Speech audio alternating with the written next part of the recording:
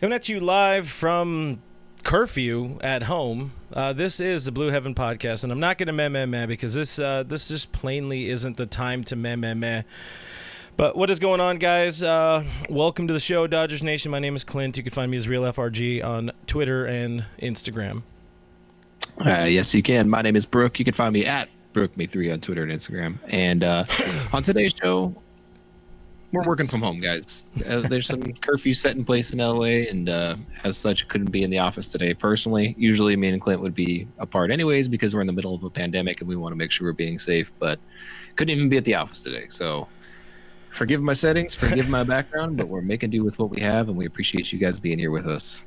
Yeah, and we're also still working. That's why we're a little bit later. We're working through some more of the technical issues. We should have it fixed either later this week or whenever we have to go back on live again, which hopefully if we go back on again, there's either baseball or no baseball, and we can go on trying to figure out the rest of life. But we do have some good stuff on the show today. We're going to talk about the path to baseball in 2020 sort of being set, maybe, we hope. The wheels are once again in motion. David Price is a good human being, thankfully. There's at least a few of them out there. Agon, your buddy, your good close personal friend, Adrian Gonzalez, had himself a bit of an oof with the LA Times. Yeah, a little bit. And future Dodger, I guess. I got to throw in the question mark intonation. Trevor Bauer, he had some comments on whatever show it was, I forget, but. First we do have to ask. We want to ask you guys. We got to pay the bill somehow. Please, if you can, subscribe to our podcast. Even if you happen to watch us here live, if you could listen to it, that makes us feel oh so dreamy and creamy on the inside. Probably should remove that one for the podcast. We are on iTunes, we're on Spotify, we're on iHeartRadio. Wherever you listen to podcasts, wherever you get your programming, we will be there. So subscribe there. Find us on YouTube. We're starting up a new series that we hope kind of gives people just something different, a little bit different baseball topic. But, we'll get into the comments here. We are understandably a baseball show, but this is an interesting time, and it's an interesting climate, to say the least. And Brooke, I feel like we've had to do a few too many of these type of shows where it's, we can't be ourselves. We can't be happy because there's not exactly a reason to be happy, Here we are, episode 125 of Blue Heaven. We, which it's a quarter of 100 more episodes of this stuff. And again, we do appreciate you guys. There's no reason we would be doing this stuff if you guys weren't here with us, if you didn't listen along all the time with us. So we love you guys. We appreciate you guys. We also appreciate what's going on in the world. And, before we do bullshit about baseball, we got to talk. And, Brooke, I don't know if you want to lead off on this or do you want to be Kershaw or do you want me to be Kershaw? And I can be Kenley, but not blow the save. No, I mean, I'll definitely start it off. We went back and forth on whether or not to do a show tonight, and we weren't sure what kind of response that we got. So we kind of put it out there just to see what was up. And we got positive feedback from people that were like, hey, as long as you understand what's going on in the world and you're paying respect from that, you're not trying to take away from that, we could all use a little bit of a break, even if it's just an hour to talk crap about baseball and how it's not going to happen or maybe might happen. So there's a lot of stuff going on in the world, guys. This was a weird week. This is, for me personally, one of the most angriest, saddest, most heartbroken weeks I've ever had. It's been really difficult for me to grapple with these things and to have conversations with people and to look in the face of ignorance and watch it not back down is really a difficult thing to do on a daily basis, especially the more things come to light, the more you get to learn about other people in your life. And Clint, I'm sure you can attest to that. Yeah. It's been tough to talk to people on the internet. It's been tough to talk to anybody without feeling discouraged, without feeling let down. And we don't want to gloss over what's happening in the world. We don't want to come on here and say, let's just talk about baseball. Let's just talk about what we want to talk about. Yeah. There's a lot of important things going on in the world right now. I think we are in the middle of one of the most important times in American history, and that's a pretty big history. Not long, but it's a pretty big, important history. So with that in mind, we are here for an hour. We will be here for an hour to talk about some baseball, and if that's what you guys are here for, great, fantastic. We will not pull away from what's happening in the world. We don't want to try to cover it up. That's not what we're trying to do here. We're trying to give you an option. So if you think a better option is to be more invested in what's happening in the world right now, by all means, please take tonight off. I'm 100% okay with that. I would much rather you guys focus on the bigger issues in the world than watch us make fun of John Heyman, and that's perfectly okay. And we will 100% for you in that. And we'll be here next week and the week after that. And whenever you decide that you think it's time to come back and it's okay for you to indulge in our shenanigans, but we thank you regardless. Yeah, well, very well said, and you're already getting the comments on that. We do want to get in the comments soon after this before we do talk about baseball. We're not aiming to make this any sort of political show. We don't want to make this a political statement. I'll speak for Brook in saying neither of us are intelligent enough to fully grasp every single thing that's going on. I'm old enough to have gone through, like the Watts riots, and is it Watts? I don't know. I mean, I was pretty damn young, but I remember things just not being okay. And unfortunately, things continue to not be okay, and too often and too long, too many people it doesn't affect you. It doesn't affect me. Let it go, or let it happen, or whatever it is. And I don't think, a lot of the people we like to be around, a lot of the people we like to associate ourselves with, aren't necessarily the people that would just let it happen. That's for damn sure. I love a lot of the people. I love a lot of I respect a lot of people online, and most of the people that we often interact with are fighting for the right cause. Not everybody takes not to say there is ever a right approach, but not everybody takes the approach that needs to be done, but nobody knows what approach needs to be done. So with that as the closer, and I'll be Kenley, and I'll stick to my one pitch. I wrote this on our Dodgers Nation Twitter over the weekend, and this will be the last. We'll kind of be not baseball, because the biggest thing, I think, people, like you said, bro, people want something different. All day long we've been on our phones looking at this garbage happening, and you don't know if it's ever going to be enough, if anybody could ever do enough to actually make a difference. And it's a shit way to live. And you would hope, and you feel, and you, whatever the descriptor, whatever the right word is, you hope that you're making a difference, and really you probably are. But even if you're not, there's no reason to stop fighting. But the whole sentiment I had on our DN Twitter was, I hope you're staying safe. I hope you're all being smart. I hope you're fighting for what's right for humanity, and not going out just to smash shit up for, and hurt people for the sake of making the local news. Or now, somebody pointed out to me too, social media. That's the big thing right now. If you're going out there making, just trying to make a name on social media by looking like a jackass. So, the other big thing, and I've seen the response from people, and I'll overstep my boundaries here and speak on behalf of Dodgers Nation. Not the brand, not the label. Dodger fans, us people, our people that wear the uniform, wear the gear, wear the LA with pride. If you're part of this problem, if you're part of the people that are going out, that are planning, I've seen people with you see the tweets with the goddamn people with their notepad on the phone saying, this is where we're going to meet, these are all the stores we're going to hit. Please don't go the fuck outside wearing my goddamn team's uniform. You don't go out intent on looting and the chaos, for your own personal gain, wearing the uniform of our Los Angeles Dodgers. That shit doesn't belong to you. It belongs to us. It belongs to the people that are here to fight for what the hell is right. So that shit's bullshit. Throw your crap away. You're not a Dodger fan. You're not somebody that belongs wearing our Dodger blue.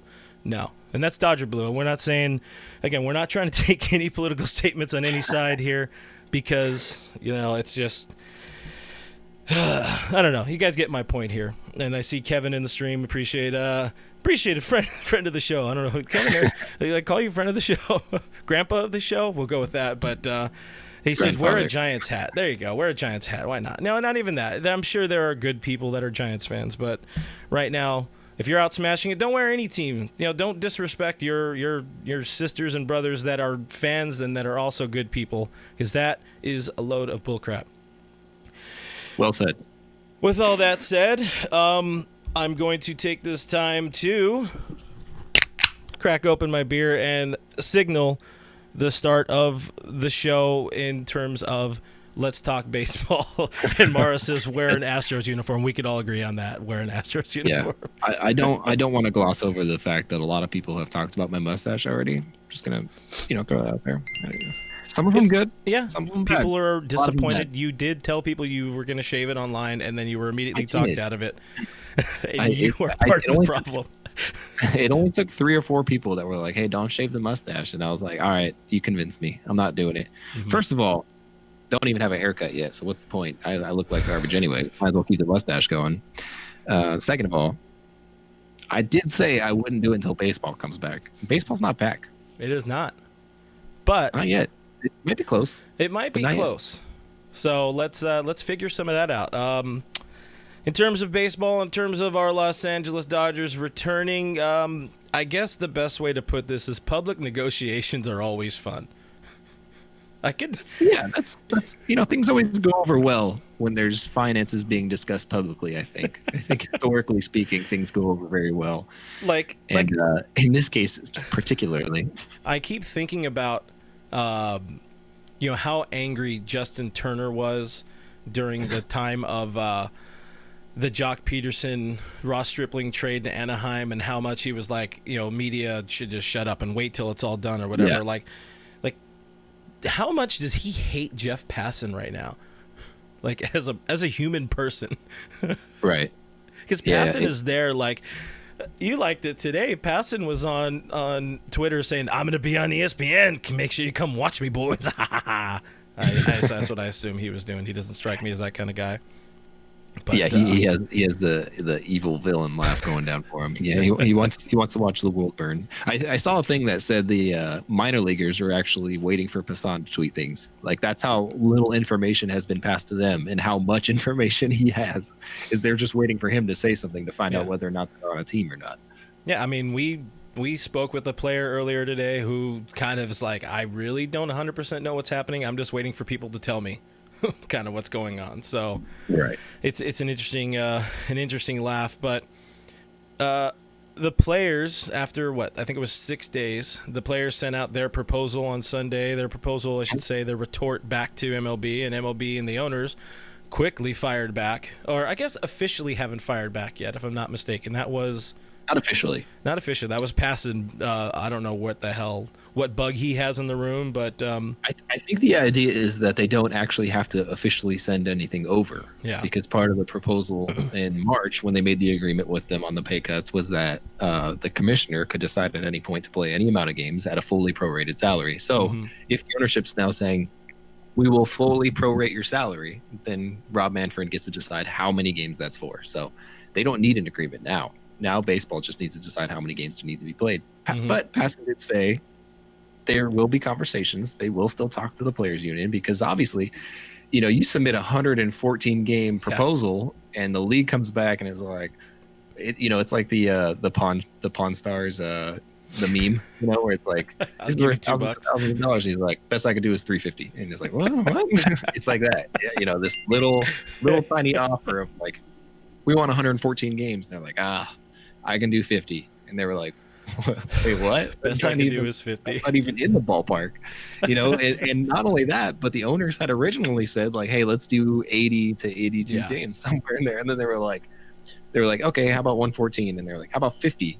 It's like, whoa. I think just like the angry guy who offered you a lot and then you didn't take the offer, and he's like, well, now you're not even getting that. Didn't Evan Drellich today like tweet something about Rob Manfred pretty much making it seem like he has his idea already. He probably wants to play 80 games, but he wants them to ask for it. So it's like, okay, I guess I can give that to you. So you can kind of see that. It also makes him seem like a good guy too. Like, if you're a fan, which when I first heard 50 games, I was like, I don't even know if I want a 50 game season. Like, I want a season, don't get me wrong, but there's so much that can happen in a normal season. Yeah. So much that can happen. You talk about where the Nationals were 50 games in. They weren't even close to a playoff team. No. They were terrible 50 games in. Dodgers were on fire 50 games in. You get to the playoffs, whole different ball game, entirely different game. Mm-hmm. Dodgers get manhandled by the Nationals. Nationals run through the playoffs. Putting it at 50 games is like, I can't even compare that to anything. It's like having a 3-game NFL season. Like it's not comparable at all. It's so strange to me to even consider. So I hope you're right. I hope it is something where it's like, let's lowball them so that when we offer them 80 games, they're like, okay, yeah, 80 games. And they're like, even though you just agreed to that not that long ago, but sure. Yeah, it was. So the official, for anybody who happened to understandably not see it, see what the proposal was, because again, there are much more important things going on in this world. The players' union proposed a 114-game season, coming off of that 82-game initial proposal. That season would run June 30th through October 31st, which is a sticking point, of course, for MLB. Players do not want to take an additional pay cut, understandably. Owners want to offer them less money, nicely. Welcome to, what is it, $100 million in deferrals that would be paid out over the next 2 Novembers, or I should say 2021 and 2022. So if there's no playoffs, teams can pay the players, they could it's a deferral. You can pay them later. I guess that's one of the options. Expanded playoffs for the next 2 years, which both sides really like, and I think we're such purists, we don't want that. I mean, I'm even off about the second wild card as it is, but the other one of the big options that I really do like, and I think it's pretty fair, players can opt out of this season if they have health risks, and they'll still get paid. Those not at risk would still accrue the service time. So that was what the players' union sent to baseball. Baseball came back really quick, and that's where it was like, yeah, whatever, 50, 60 games maybe, and just like flip them the bird the whole time. I wonder though, if you're talking about baseball saying 50 or 60 games, how much of that proposal from the players' union is still valid? Like, are they still going to be able to opt out of a season? Because they make it sound like this isn't a new proposal. Like, this is like a executive decision that they're able to do because they're offering them a full prorated salary now. Which, by the way, if the owners are already saying, hey, we will pay you a full prorated salary, that's a pretty good sign that baseball is going to come back. It might not be how you like it. It might not be in the same format or the same season length or anything like that. But it sounds to me like baseball is coming back. And it's strange to think that this is the most confident that I've ever felt during this time that baseball will be back. But it almost seems like a guarantee now. And Kevin brings up in the comments, or he's like, someone said that if we win the World Series in a 50-game season, we're just claiming it as the 2017 title, which, I mean, I would not feel great about a 50-game World Series season, but 50 is a little, it is what it is. 50 is low. Yeah, it's a little out there. The funny thing is, dude, if you look in the comments and see how many people are okay with an 80-game season all of a sudden, like, that's exactly what baseball wanted to do. That's exactly what ownership was trying to do when they were lowballing people. They're like, let's make them thankful for 80 games.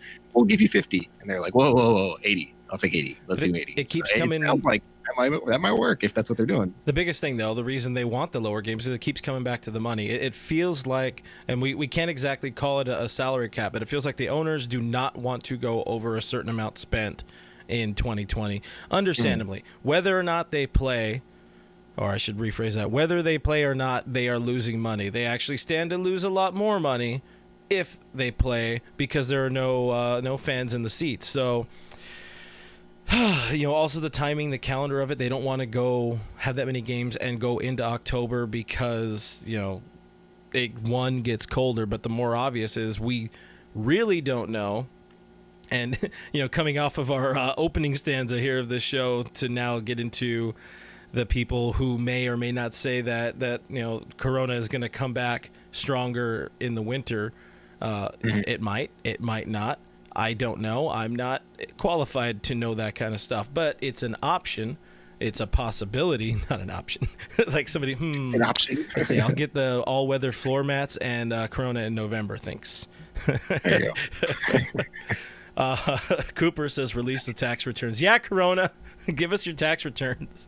He's talking about stripling tax returns. Yeah, actually, I still need to do my taxes. If you can hit up Strip for me, thanks, Coop. Appreciate you, buddy. He has taxes, right? Yeah, he has to He likes do that. numbers. The other big thing is, the owners, the MLB itself can't lose the postseason. So the deeper you get into the year, the colder it gets. All the bevy of other problems. The money is bigger in the postseason, and if you lose the postseason, you lose a lot more money. So it's 50 games, 60 games, 82 games. That's what it comes down to. 114 games not going to happen. 50 games probably not going to happen. 60 games and 82 games. That's really what it's kind of coming down to. Where do they settle, and where do people really feel happy and comfortable with them settling?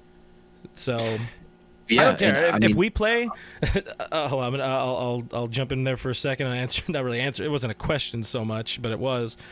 You can answer your own question. Yeah, I think. Well, I'm going to use Jason McClure, one of our fine contributors here at DodgersNation.com. He also posted earlier on the Twitter, 50 game season is better than no games.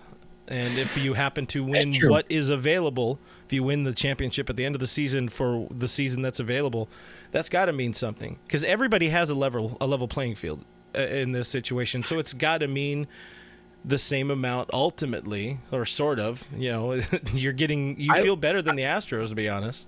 I would make the argument that it's more difficult to win a World Series in a 50-game season than it is in a 162-game season, in the sense of the Dodgers specifically, because the reason why that they time and time again perform head and shoulders above anybody in the NL West and most in the National League in general is that they're one of the deepest teams in baseball, if not the deepest team in baseball. In a 50-game season, depth doesn't matter.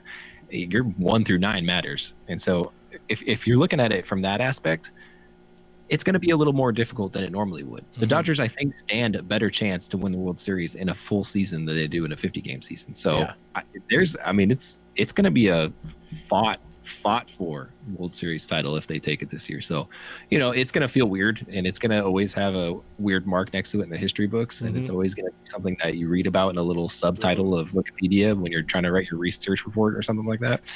Because, that's how everybody writes their research reports. You just go to Wikipedia. Yeah. Quality book But report. I mean, ultimately, like, if you're putting, let's say you have to put money down today and you have to choose any 10-game set from 50 to 100, how many games are you putting money on? Wait, I'm lost. I'm confused. You personally.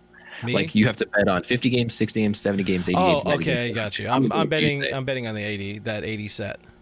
You're still betting on the 80. It's going to happen. The players have agreed to, fewer days off. They haven't officially agreed, but they will play with fewer days off. They will play double headers. They'll make it all work, especially with the expanded roster. If you have a 30-man roster, double headers, that many double headers really isn't going to be that big of a difference. You're probably going to be looking at each team with a 6-man rotation. The Dodgers' 6-man rotation is better than any baseball team out there, whether it's Stripling in that last spot, whether it's D-May, whether it's Tony Gonsolin. You have a ridiculous starting 6 for the Dodgers over just about any team. Tim has taken that 80 games, and what it's going to come down to.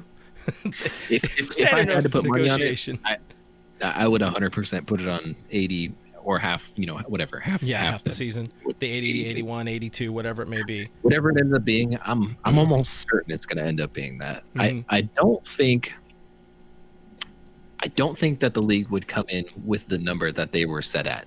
Like, I don't think they would come in and say, like, hey, we can do 50 games. Let's just tell them we can do 50 games. I think that they come in like, we can do 80 games. Let's tell them 50 and negotiate back.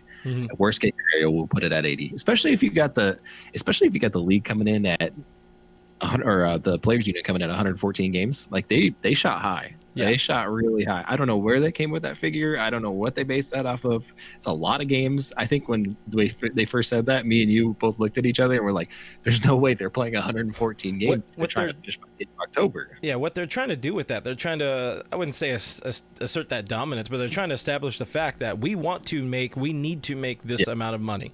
And right. Yeah. If you're saying this,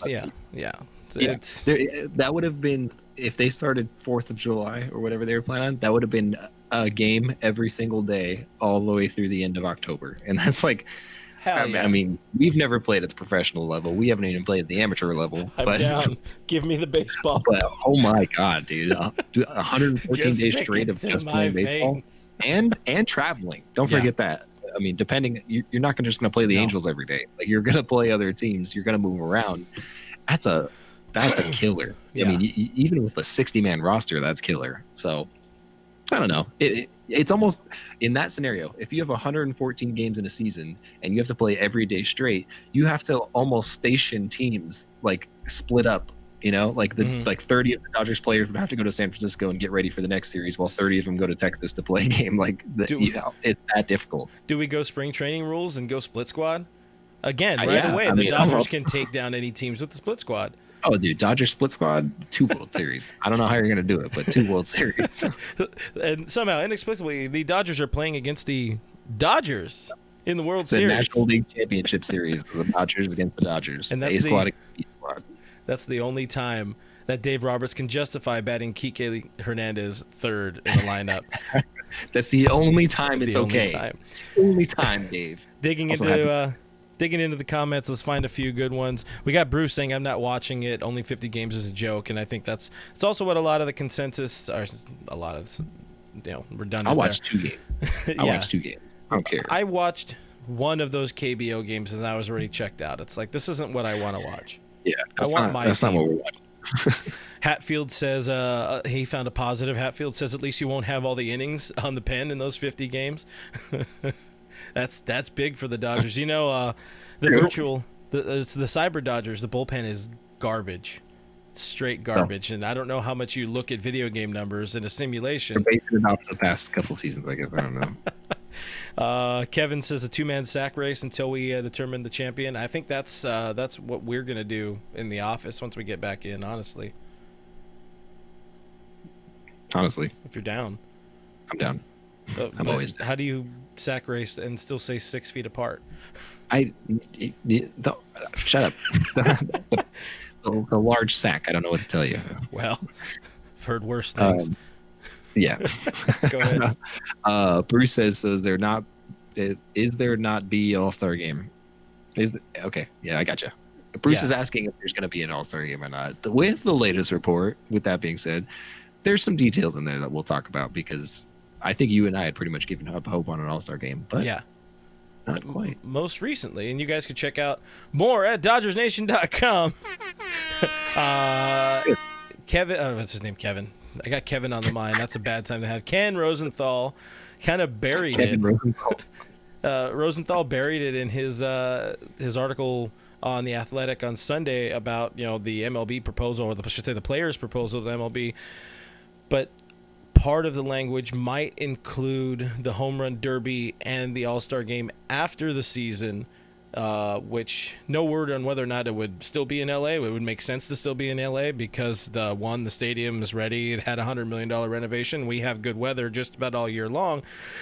But also, at the end of the season, it makes sense because by then we're going to know whether or not, this Corona thing is going to come back in full force or whatever, the experts are predicting in this thing. And, if it's not, you can get people into the big-ass stadium up there at Chavez Ravine and make a lot of money. That's what I actually brought up the point the other day, or actually, I think it was today. All the days kind of blend together. Yeah. I had said, I was like, I would rather them not even have it at Dodger Stadium this year. Like, if that means that we're not going to get awarded it for a few years, like, I would rather them be like, hey, take it in 2022.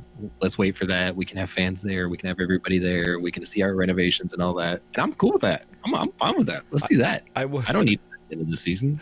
I would have, or I want to have like an option here on the stream side where I can insert memes or whatever, and I'd have the "Why not both" meme right there. Just do get it after this season and in 2022. It was 40 years. We deserve 2 All-Star games. We are owed. So for the 50-game, potential World Series season, Megan says it's still more valid than 2017, 2018. Yes, I agree. Katie asked, do you think they'd cut back on postseason games as well, like no wild card or a 5-game championship? No, it seems like they were pretty set on expanding postseason to have a second wild card, but not like the way it is now. So it's going to be kind of weird. I think the postseason is going to be a little bit longer than we're used to. And it's going to drag on a little bit like hockey playoffs. I'm not happy with that. Leslie asked, where's Gary? We don't know. Gary is off fighting the Wolves at a local Smarten final. Now he's got a lot of work. You know, we all need to bust our humps here to pay the bills these days because you guys aren't clicking our articles enough. What up with that? No, but he's working. He's hopefully going to be joining us again next week or the following week, and we can get his lovely, delicious voice back in the stream. I got to really stop his using forehead, that. when he's like right there. Yeah, it's very you see important. like the top of his head. You're like, that's Gary. When he's just looking down. Hell yeah, it's really the strawberry on top. It's not a cherry, it's a strawberry on top of it. Tim is also talking about the Dodgers' depth in a shortened season, not only with like the pitching, how important the depth is with the pitching, but also like the DH, and we've talked a little bit about that already before. I think last week, being able to plug Muncy in or give Mookie a day off or whatever it is, like Right.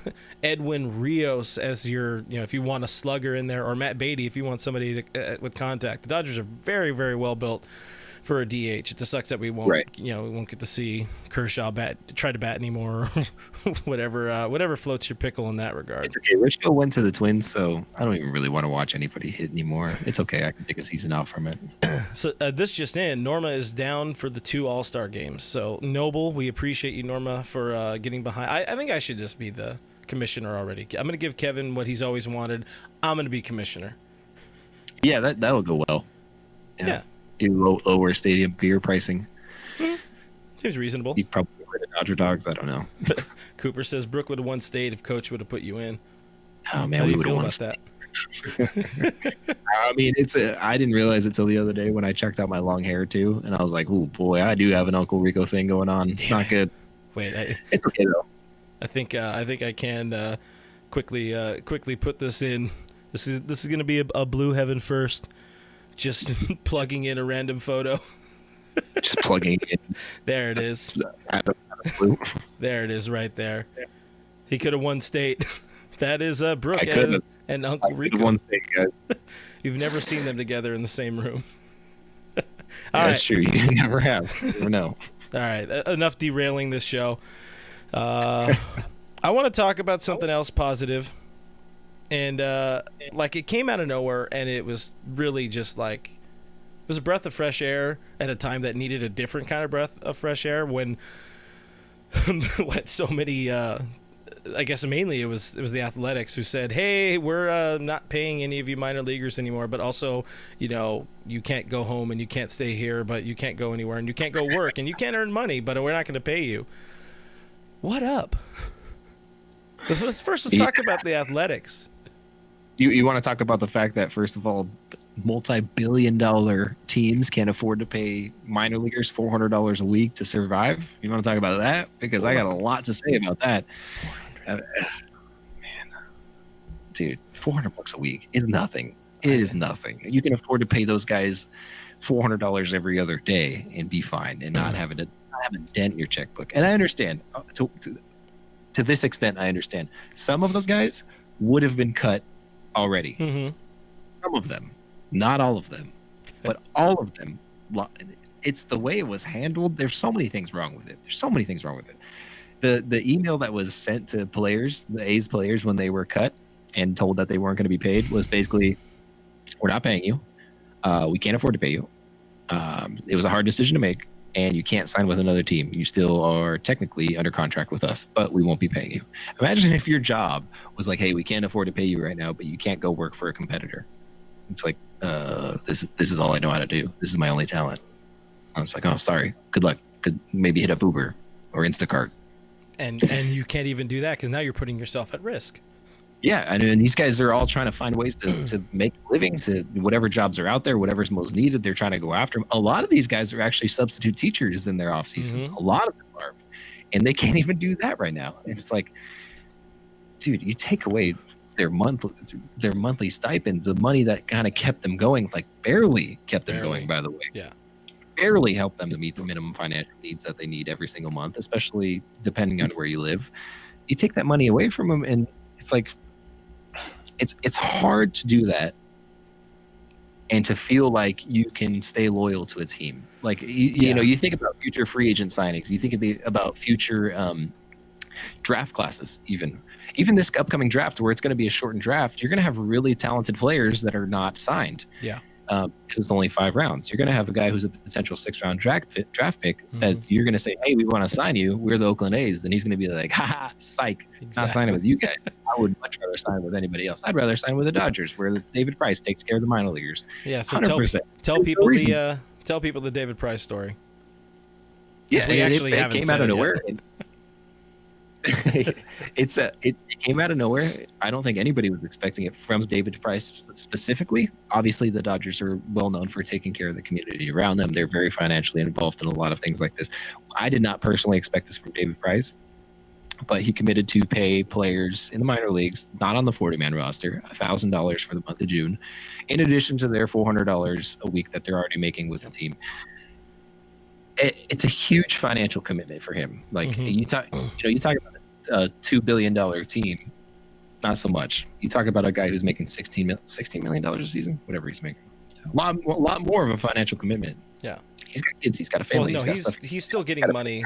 He's getting the money. Yeah. Oh, I guess okay. No, with the reduced salary and all that. Yeah, you're right. Yeah. He's taking a pretty fat reduction, but he's got kids. He's got a house. He had to move to California, which obviously everybody knows is not cheap. He's got stuff to take care of, and the fact that he flew in out of nowhere without ever playing a meaningful game in a Dodger uniform, without anything, there was no pressure on him to do anything like this. No one was saying like, "Hey, David Price should do something. He's new. That'll make a good impact." But that's exactly what he did, and it seems like to me like it was done pretty secretive. Like, hey, I'm going to make sure these guys are taken care of, and somebody just happened to find out about it and blast it because he still hasn't really talked about it or brought it up, which makes me think that he didn't really want people to know. He just wanted to take care of them. Yeah, it came out. It came out like he did not want it coming out, but you can't, especially in this day and age, in a time when everybody needs, like I said, that breath of fresh air. You need something just to feel good about. You need that kind of story out there, and right. it's it's really good. I mean, of course, the Dodgers are being great. They continue to do amazing community service work. They're taking care of the underserved. They're as many as they can. They're feeding people. They just provided food. The Dodgers Foundation, along with what was it, Smart and Final, I think it was. They gave I think it was a total of approximately 40,000 meals to 2,000 families at Dodger Stadium last week. Like, they do that kind of stuff all the time, and it's incredible. You love that, and they're still paying their minor leaguers what they're supposed to pay under the agreement MLB came to. Yeah. Not a good agreement. We know minor leaguers are a dime a dozen, so they don't really care. But the fact that Price did this is amazing, but also at the same time, what the comments are saying here, he shouldn't have to do that. And he shouldn't have to. No. He shouldn't. Absolutely not. And the Dodgers have been pretty forthcoming in saying that they want to make sure minor leaguers are paid. And there's obviously, I should acknowledge, I don't want to take too much away from the Dodgers in the sense that they made sure that when they were considering their employees, that they were going to give the biggest cuts to the people who made the most money in the company. So high-level executives are taking 30-40% cuts. Lower-level guys making less than $70,000 a year weren't taking any cuts.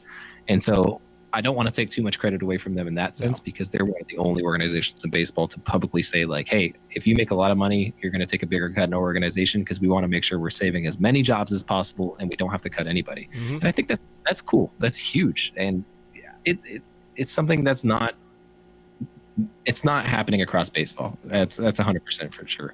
There's a lot of teams furloughing staff, like by the hundreds and thousands.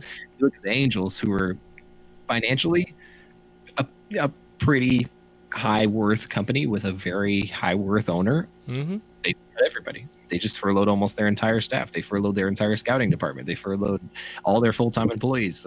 There's nobody working for them. I saw Mike Trout on the side of the freeway. He was asking for money. That's how bad it is up there.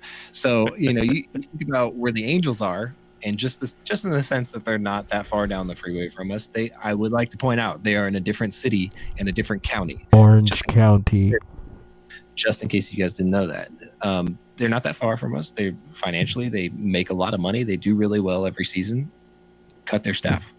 Did not do anything close to what the Dodgers did. So I don't want to take that away from the Dodgers. But with that being said, there's no reason David Price should have had to do this. No. but I do appreciate it. It's amazing. I think it was one of those things where it's like, I was really happy to have David Price on the team anyways. I thought he was going to be like a very underrated part of the Mookie Betts deal. Like I really thought like 3 years from now, we'd look back and be like, man, David Price was a really underrated part of that deal. But this cemented it for me. You know, I think Tim bought a David Price jersey, right? Yep. Right away. He went went to the custom store, made it.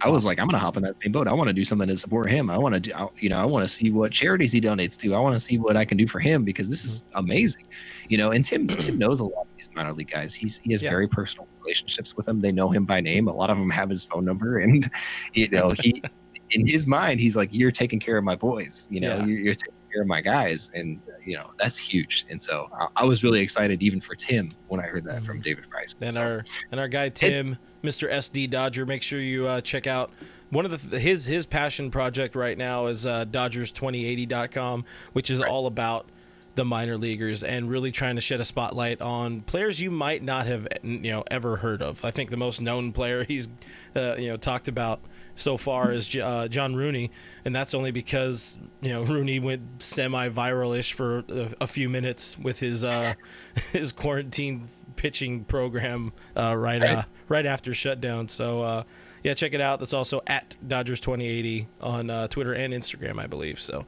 Tim, if you're on the stream, correct me if I'm wrong. But he said never speak to me again. I'm big time now. I got a mention. And also you can make that check payable. No. Let's see. Roach, I see your comment. That sucks. You should just quit. That's all I got to say for you. Just quit. Sidebar, we're not exactly prepared for this, and we have already talked about it quite often over the last few months. Hatfield asks, how do you guys think this will impact the CBA next time, Brooke? Quickly, give us your thoughts. Oh boy, I've never had to do this one like quickly. I will. I have said in the past, and especially in the past couple of weeks, MLB had every opportunity to make things right with the players union, to set it up good for the next expiring CBA, to make sure negotiations went a lot smoother. The next CBA, without any uncertainty, will be heavily in favor of players. I have no doubt about that. Not one. With that being said, the owners, I think, really are screwing themselves throughout this by making themselves look even worse. Like, they are not getting on the good side of players. Like, there's no doubt it's going to be player friendly. You might as well do whatever you can to get in their good graces so that negotiations go a little bit easier. You can have a little bit more ask with them, a little more leeway with them. But no, you want to screw it up. You want to piss them off, make them vocal about it. And then now you're going to go into the after 2021 and just hope for the best. Like, you're just, it's going to be okay. It's going to be, I mean, this is bad. There's no doubt about it. This is bad. After the 2021 season, it's going to be ugly. It's going to be so ugly. And I'm nervous for it. I'm terrified for that. I'm really like, we might get one good year of baseball. And then that's it. And that's baseball for the rest of our lives. That's it. It's scary. Let's say that. It's scary. I guess a good jumping off point there is Adrian Gonzalez and his big oof from last week or the weekend.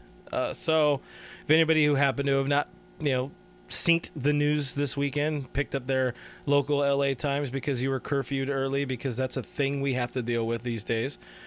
Agon, former Dodger All-Star, X amount of time All-Star in Major League Baseball. One time, he was one of the leaders of the players union, like one of the not the same way Tony Clark is, but one of the active player leaders. He definitely said something that sounded like it was not at all thought out. It was just an idea that he decided to word vomit to noted hater of fun Dylan Hernandez, LA Times scribe. Hater of fun, hater of baseball, hater of puppies, hater of himself.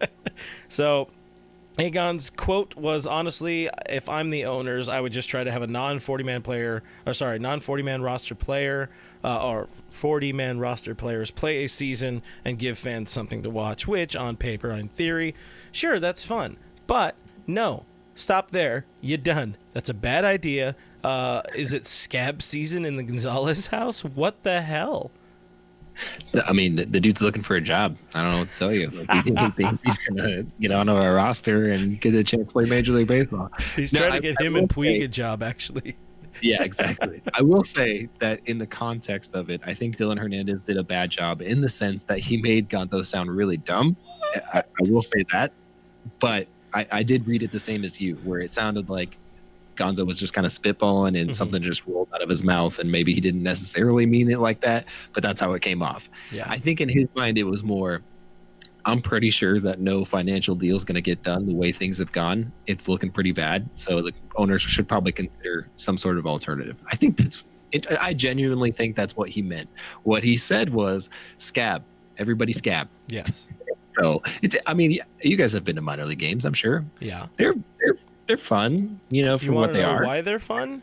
Because hot dogs are $1. You get cool giveaways that are actually kind of crap, and you go with friends. You go with a big group of friends, or you go with randoms. You whatever. You go there because you know it's cheap, and it's you're there, and it's that's the one game you're gonna go to. You watch a walk off at a minor league game, and you're like, yeah, let's go. There's no energy there. You don't really care about the result of the game. It doesn't really. I mean, Tim does. Let's not forget that Tim does. He's invested into those boys, and he's done a great job. It's different, in the same sense of you turn on your turn on your TV at 10 o'clock at night to watch a KBO game for the first 3 or 4 days that the KBO started. You were like, oh, baseball, and then you haven't watched a game since. I haven't watched a game since the second night. I watched 2 games of the KBO, and I was like, I don't care about this anymore. I don't want to see this random guy hit 500-foot bombs and do a bat flip. It's cool, good for him. I'm glad baseball's back in Korea, but I tuned in to watch Mike Trout. I tuned in to watch Cody Bellinger. I tuned in to watch AJ Pollock. I did not. Well, I don't want to watch these guys. I don't want to watch these minor league guys try to act out a major league season. That's not what I'm here for. That's not why I pay for MLB TV, which is a ripoff. That's not why we do it. Yeah, I would honestly rather watch, the softball game played after my game than like Roach is suggesting here, 9 warehouse workers on the field.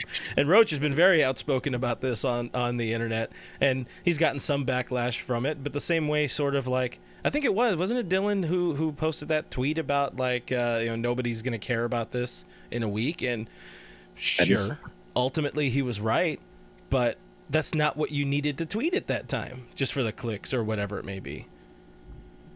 Hater of fun. I don't like Hernandez. I just throw that out there. He can get on the catch hands list. Oh, we haven't had an updated list in quite some time. You should update it. The other day, and I think I was scrambling to write down notes for like somebody else, like when somebody's like, write down this note, because there was definitely something on there about groceries, and I was like, I don't think I'm angry at groceries. I've been known to, but asparagus can catch these hands. Yeah, it was definitely a little bit unfair to the grocery list, but yeah, I haven't had an update in a while, but you can definitely catch those hands. Yeah, I'm surprised there wasn't too much. People didn't seem to have too much of a bad flavor in their mouth about that particular commentary, which I get. Whatever, teach their own. I guess it would be baseball, but at the same time, you do something like that, you're destroying the game. Players are not coming back to you unless you rub their feet before each. I guess they probably have a guy that can do that. Man, it must be sweet being a big leaguer. You get rub downs. You get to go play baseball. Which player was telling us that they spend a lot of time? What was that? I don't remember. Oh, it was Bueller. Bueller was talking about in an interview that part of his pregame routine is like an hour and a half massage, and I was like, "Whoa, it's big league life." Yeah, let me get ready for my game. That's definitely being big league right there. Walking in, just like. Yes, Tim Rogers, I agree. Coleslaw is the devil. Out of context, completely out of context. You don't like coleslaw? Oh, we got no, not a big fan. I'll force myself to eat like the little coleslaw that comes with the I forgot what they call that, the big-ish box from Raising Cane's. I'll eat that coleslaw because it's there, but When in Rome. I'll eat it when it's there. Continuing the random comments, we got Homar Torres coming from Puerto Rico. What's going on? Thanks for Puerto Rico. Thanks for Might hanging be out our with own us. Puerto Rico viewer. I haven't seen that many more. Dodger Rebels asks, when will the stash come off? Of course, the stash will come off when baseball is back. It will come off when baseball's back. We got to make an event out of it, I think. Yeah. I don't think just unceremoniously cut it off at home and leave the little trimmings in the thing for my wife. I don't think that's going to cut it. I think we got to raffle off the opportunity to shave my mustache for charity. See, that looks. Now we're thinking big brain. That's that right there. That's marketing, baby. That's what I'm talking about. I don't know if you happen to remember. I don't know if you're like a late night, talk show fan or whatever. If you remember, or if you watch much Conan O'Brien. But when Conan was off air for a little while and came back for his new show, he had the beard going, and there was a big to do. He had Will Ferrell come in and shave his beard. We can do that for you. We can get Will Ferrell to shave your beard. Will Ferrell will come in and shave my mustache. Oh, we should get Tony Gonsolin to come shave my mustache. Or Ross, whoever wants to do it. I mean, I'll do it. I would trust Ross Stripling more. He's a clean cut guy. He'd probably make it. Shave. An unknown assailant in the comments asked you to please stop leaving hairs in the sink. Unknown assailant. Yeah. That's okay. Yeah. Norma says Team Coco. Yes, hashtag Team Coco all the way. Screw Leno. Anyway, all right. So that's enough of the random fun for that particular section for Gonzo and his scab patrol. I like how he devolved from scab to back to your mustache. It's just mustache heaven now. It's all about the mustache. That's all we're talking about for the next couple of weeks, and that's all that really matters. I'm glad that you guys are finally starting to recognize that this is the Mustaches channel, and there's nothing you can do about it. I'm just waiting for the mustache to start paying us. Can you get it sponsored? Can you get it insured? I don't think I can. We need an adult. We need an adult to help us with these real tough life questions here. You have to have a real mustache in order to get it sponsored. Once it starts curling, then we can talk. That's fair. Yeah, you need to be able to do the. Yeah. I think I should shave my mustache while you have that, just so it's like we make one complete unit of hair. That's what this podcast is called. One complete unit of hair. We're sorry. This section was all for us, guys. Back to you now. Really? Our final topic was a lot of outfield, out of left field here. Trevor Bauer, love him or hate him, a lot of people hate him. He's done a lot to rebound his brand. Comeback player of the offseason for sure. Yeah, he's doing some fantastic work right now, but there was something else I had about Trevor Bauer. He's also doing what he can for the younger players. He's actually trying to teach them how to market themselves. Something MLB and Rob Manfred won't do. Doesn't know how to market the goddamn players of the game. But, he's doing his best. He's set up. Not everything has been exactly perfect. It's pretty guerrilla, a lot of the stuff he's doing. But, at least he's trying. He's trying to help people. Momentum has really built up some momentum, if you will, over the last 6 months or so. But Trevor Bauer, what was the radio show he was on? He was doing live calls from the Momentum channel, or it might have been his channel. Either way, one or the other. They were just on YouTube, and he was just doing random live calls with fans, which was kind of cool. Yeah. Just randomly drawn FaceTimes, and he would just show up and pop up on people's screens and talk to them for 2 or 3 minutes a piece. It was interesting. Wait, is that when ESPN gave out his personal cell phone number? I think it was like a byproduct of that, because he's apparently kept his same phone number. Yeah, I'm sure he has another one, but he's apparently also kept that phone number. He joked about it when he was facing off against Dietrich at one point. Yeah. Oh, those are great. If anybody's not watching Trevor Bauer on his YouTube channel, the Momentum channel, there's some really good stuff on there. Eric Gagne recently faced off against some random minor league dudes. Really, really fun. It's worth a watch. But the much maligned Bauer said that he would love to pitch, or he wants to pitch for the Dodgers one day. I think he kind of expects to pitch for the Dodgers one day. Yeah, I think he was talking to some people from LA. I think that's why it came up in conversation, where he's like, yeah, I would love, it's my hometown. I would love to pitch there. And he's been, I think, for the past every year he's been involved in trade conversations just in general. Perpetual future Dodger. Yeah, but also, I mean, he's always involved in conversations with the Dodgers because the Dodgers are involved in every decent trade discussion. Let's just say that. And so it's been rumored for a long time. I think last year was probably the strongest it's ever been when they were talking Kluber or Bauer, one of them leaving from Cleveland, and then they both left from Cleveland. And so there was a couple points where people thought he might end up with the Dodgers. And listen, I mean, I think he's a good pitcher. He's a kind of a quirky dude. He's got a weird personality, and he goes about his business a little bit of a strange way. But overall, a good pitcher, decent playoff pitcher. Not always the best playoff pitcher. Sometimes he cuts his hand open on drones, and it happens. But I thought it was interesting. I thought it was interesting that he was so vocal about it. Yeah. Like, he's never been outspoken against the Dodgers, I guess. Yeah. So in that sense, I was like, okay. But also, he was the guy who was like, yeah, F the Astros. Like, they cheated the Dodgers out of a World Series. They cheated this person. Like, he was very vocal about that. So I've come to appreciate him over the past couple months. I've watched him on social media make a bounce back because he had quite the bounce back. I'll say that. Yeah, he was also big on calling out Manfred and baseball, saying, like, you know, how can you expect to get people here to watch your game when they can't even watch the game? If you know, if they have to have these specific cable networks and some people can't get it, or if you go buy MLB TV and you can't watch your game on it because of the what is it, you know, streaming rights, blackout stuff. I don't know. I can't remember all the words right now. I don't remember all the lyrics, but he's done a lot of good stuff. His baseball really is like in his best interest, or his best interest is in the game being distributed to everybody and being played for fun. Plus, like, personally, like on a selfish level, I would love to see him and Buehler in the same rotation, him and Buehler battling, because those are just sort of cut from the same cloth. But I think they're pretty close. You know, Buehler obviously has the better stuff, but like the competitive juices with them two, that would be fantastic. I'm down.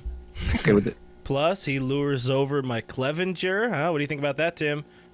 Get sunshine over. Be wild. It's better than Mr. That's the only rumor that we have right now. It would be better than Mr. No, yeah, I'm the fifth starter, Alex Wood. Yeah. Dodgers brought me in as a fifth starter. It's like, okay. It's like, Dave, did you hear this? We definitely named him as the starter. He's our guy moving forward. He's going to be our guy. Apparently, that's all you got to do is just say it. That's like dressing for the job you want, but then just showing up there, I guess. Yeah. Apparently, the job I want is Raider fan. I saw that.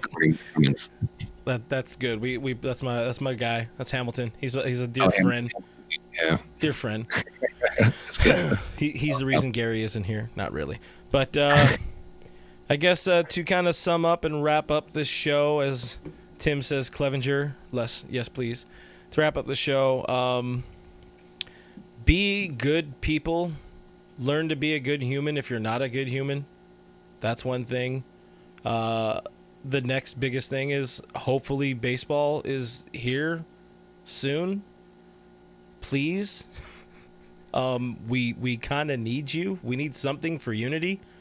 Not to say that baseball is going to fix everything, but it's going to do itself a whole hell of a lot of damage if it doesn't come back.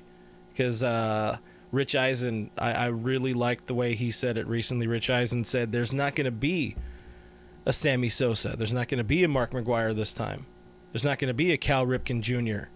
Who's going to save baseball if it doesn't come back? And it's because of money. That's my final thought for Kevin. I think that's what it was, right? Jerry Springer had his final thought at the end of the show. That's it. That's all I got. I think Brooke froze, so perfect timing to go ahead and wrap it up. He did freeze, but you guys can find us on the internet at DodgersNation.com.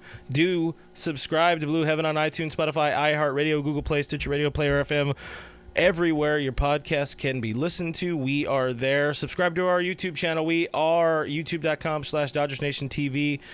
We'd appreciate if you come visit our website, DodgersNation.com. Like I said, that guy over there on the screen that is frozen is BrookMe3 on Twitter and Instagram. You can see his lovely hair and mustache there sometimes. I am RealFRG on Twitter and Instagram. Hopefully we get Gary back soon enough because we know you guys love him and miss him one of these days. Thank you guys for the comments, the questions. Thank you guys for making us, happy and feel loved and appreciated and whatever it may be. Thanks for hanging out with us. We'll see you either next Monday or when baseball either says we're going to be here or we're not going to be here. Okay, bye.